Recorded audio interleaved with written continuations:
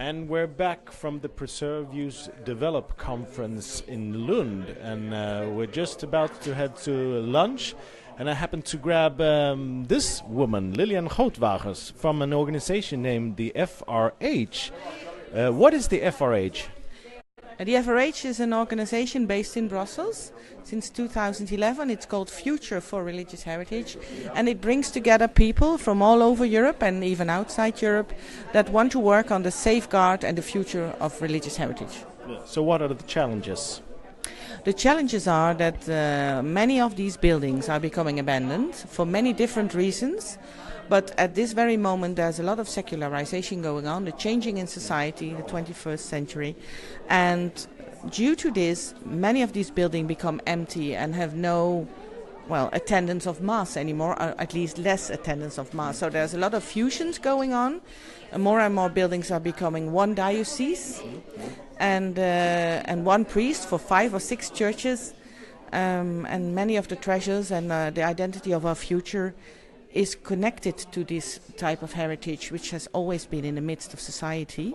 And so we want to safeguard and highlight and raise awareness about that, also on European level. Yeah. But what can be done? What can be done? The first thing is that we learned here in the conference from the Churches Conservation Trust, also one of our members, who runs 374 of these churches, you have to start doing something. And one can never do it alone, so it's a societal challenge, and we have to work together to keep these buildings and to find new uses, respecting the values, but new uses and purposes for today's society. This is the way they have always survived, because there have been more and more uses than only the prayer. Because it's the midst of the community, it was also the center, it was a safeguarded place, people met, things related really to religion, but also things related not only to religion. And, I think that might be the future for these buildings again, if we open up and reconnect with the public, which is no longer religious mindset is there, or maybe not a member of a congregation, but still is a member of the community. Mm-hmm. How would you say that the status for these questions are in a European perspective? Well, the status changed because since 2015 and 2016, the European Parliament, as well as the Committee of the Regions, after a poll we ran in 2014, which showed that 79% of the Europeans really appreciate these buildings very much and are open for a broader use if this will help to remain them for the future generations. They accepted amendments, which is very important, of course, to a very important paper towards an integrated approach, an overall paper on heritage. This means that they were specifically mentioned, and as we now are having the European Year of Cultural Heritage, the reimagining and broader and new uses of religious heritage is one of the 10 flagships initiatives on which the Commission of Culture wants to build the future. What is the name in English? The future policies. Yeah, the future policies. Okay. But what would you say would be the biggest obstacles to make the churches to multifunctional, to more community-based, or what would be the obstacles? Well, the obstacles can be diverse. It can be the morphology of the building. It could be that it's such a big treasure that you cannot change anything, but then you will have to bring in new activities which are respectful for the building. You could also say we have to bring reversible things. The challenge is also a financial challenge, of course. Because you need alterations in one way or another, either for the activities that will be explored, either for the real building physical alterations.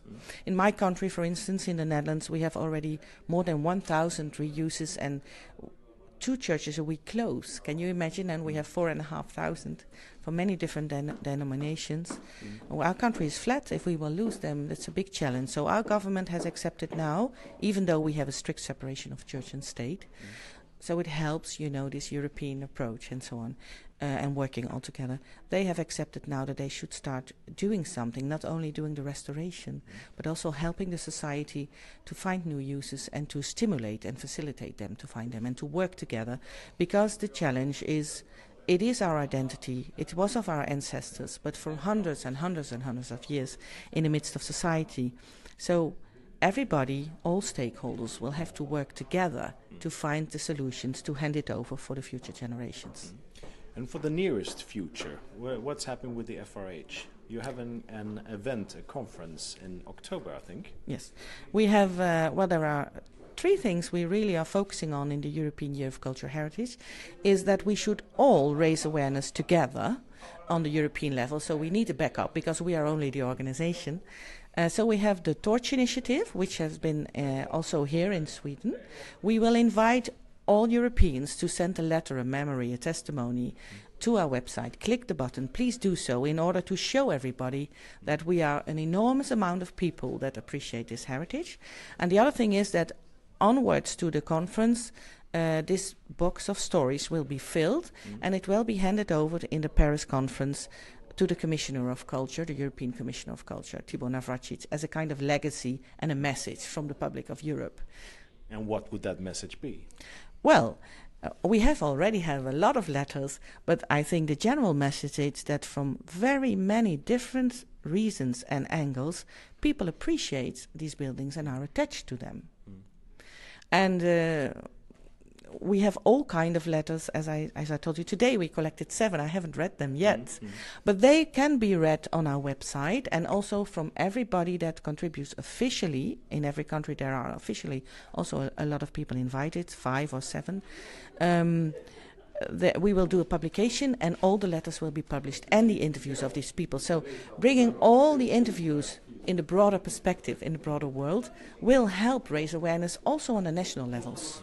So this is basically a ground movement about raising awareness about the importance of religious buildings in Europe.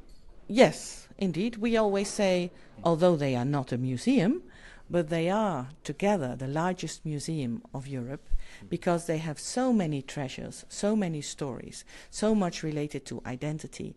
And everybody, as they were built for eternity, everybody expects that they will be always be there. But that's not the case because they are really under pressure now through the change of society. Good luck with your work. Thank you so much for giving us the opportunity to be here. Thank you.